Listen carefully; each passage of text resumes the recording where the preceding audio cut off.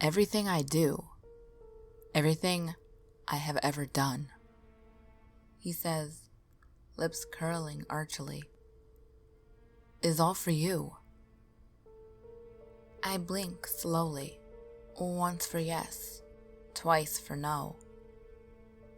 Yes, it is, he insists. This is the best thing for you, for us. Did you know, he continues, looking away from me as he affixes the tape to the inner corner of my elbow, that last year, a woman beat her husband over the head with a frying pan, put him in a coma. When she was arrested, she told the cops that it was because he wasn't enough like Christian Grey in 50 Shades of Grey. He chuckled, shaking his head.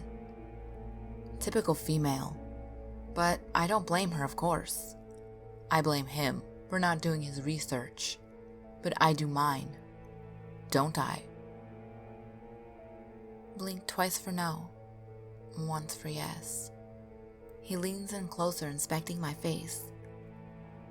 So hard to take you seriously, he murmurs. Now that I know the truth. He shakes his head again. Look at you now. The way the lines crumple around your mouth, you look really old now. He barks out a laugh. Way past your prime. Did you know? He says, straightening and turning towards the tray, that Briffel's law states that if there is no benefit to the female to interact with a man, that no such interaction will take place. It's true. He finds a syringe, jams it into a vial of clear liquid. It flows like slow ice, like mercury. It's a law of nature. He continues sadly, nodding. And the laws of nature can't be denied. His eyes shift back to me. Blink once for yes, twice for no. He flicks the syringe once. It's also known as hypergamy, he murmurs. I can barely hear him, but I can hear the capital H. Basically, females just can't be happy unless they're completely submissive to a man. It's their nature. That's why you've been so down lately, why you keep doing these silly things. It's because you're all mixed up. Society tells you to be strong and independent, but inside, you're just a scared little girl who wants to know everything will be alright. And it will. He soothes. It will. Blink once for yes, twice for no. This is gonna feel cold, he says, his voice smooth and even, but his hands are trembling as he inserts the syringe into the port. His eyes are febrile with excitement, pupils dilated. He's right. It is cold.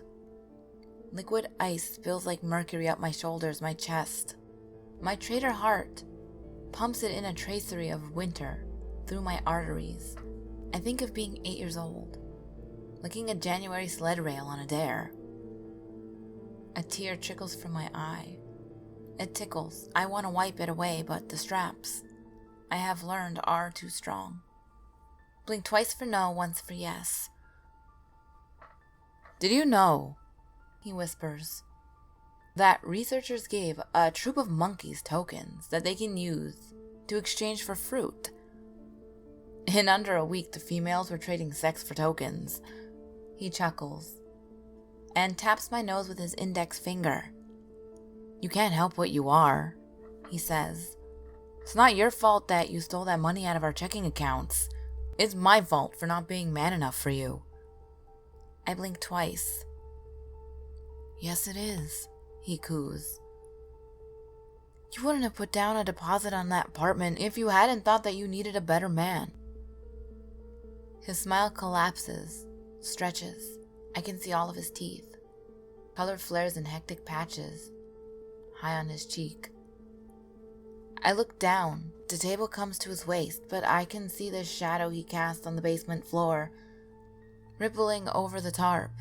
The shadow husband's groin comes to a point. His breath washes over me in harsh, panting waves. "This time," he says. "This time will do the trick, I think. This time should be enough to show you just how happy you can be this time." He hisses between clenched teeth. "You'll swallow your medicine just like I did." Blink once for yes, twice for no. My eyes close the second time. The darkness overwhelms me in a rush. A perfect velvety black, I fall into the spaces between the stars. I am alone when I awake. I sit up gingerly, slowly. This part is always the hardest because I'm woozy. I can fall if I'm not careful. I have to be careful. It could be days before he comes back. I smell iron, copper. My throat aches, a terrible, dull roar that cycles with my heartbeat. There's a slimy nausea coiled in my belly. I fight it, but it overwhelms me. It comes up in black under the sodium light, gelid and squamous. I don't want to step in it, but I can't help it. I moan softly in my throat. Even this ignites the inferno of pain. I make it to the cubicle where he keeps the chemical toilet he allows me. The cold water pump, the basin, the mirror. I sit and I try to pee. I am aware of a sick fullness in my bladder, but nothing comes out. Sometimes afterwards, it is hours before I can go. I stare dully at the room, the gurney, and my truncated footprints leading from it. Among the many things he has taught me is that it's hard to balance without your big toes. "Did you know?" His voice reverberates in my mind.